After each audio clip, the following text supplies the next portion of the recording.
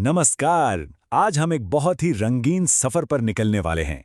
एक ऐसा सफर जो हमें ले जाएगा भारत के दिल में और हम उसकी धड़कन को महसूस करेंगे उसके लोक नृत्यों के जरिए। तो चलिए शुरू करते हैं। कभी सोचा है आपने कि क्यों हर फसल कटने पर, हर त्योहार पर, यहाँ तक कि हर शादी में एक अलग तरह का नाच होता है? भारत में इतनी इतनी ज्यादा विविधता क्यों है? ये सिर्फ नाच नहीं है, ये हमारी संस्कृति की पहचान है। चलिए आज इसी सवाल का जवाब ढूंढने की कोशिश करते हैं। तो देखिए, हमारी आज की यात्रा का नक्शा कुछ ऐसा दिखेगा।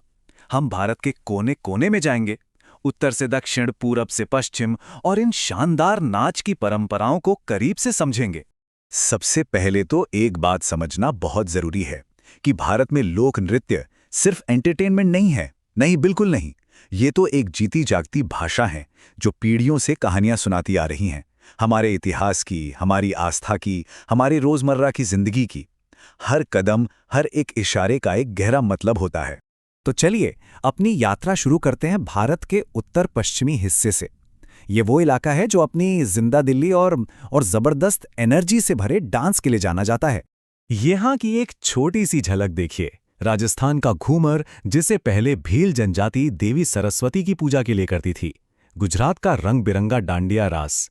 पंजाब का वो डांस जिसमें पैर अपने आप थिरकने लगते हैं, भांगड़ा। और कश्मीर का बेहद खूबसूरत रऊफ, जिसे महिलाएं वसंत का स्वागत करने के लिए करती हैं। हर नाच एक अलग ही कहानी सुनाता है। अब डांडिया के बारे में एक बहुत ही दिलचस्प बात। ये सिर्फ एक खुशी का नाच नहीं है, ये असल में देवी दुर्गा और राक्षस महिषासुर के बीच हुए युद्ध को दिखाता है। वो जो डांडिया की छड़ियां होती हैं ना, वो असल में देवी दुर्गा की तलवारों का प्रतीक है। तो अगली बार जब आप किसी को डांडिया खेलते देखें तो याद रखिएगा कि ये बुराई पर अच्छाई की जीत का जश्न है।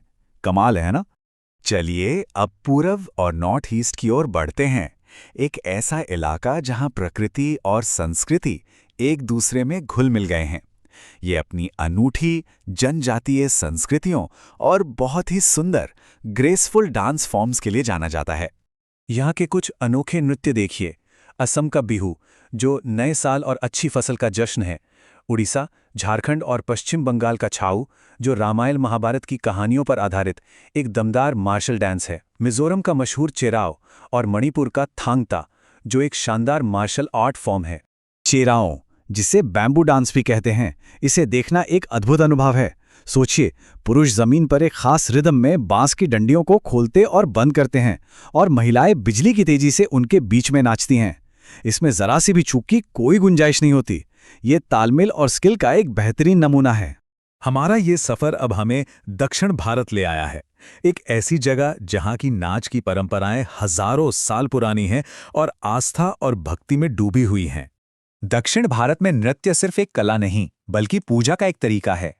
केरल का थैयम, जहां कलाकार ही देवता का रूप ले लेते हैं। तमिलनाडु का करगट्टम, जो बारिश की देवी को धन्यवाद देने के लिए किया जाता है।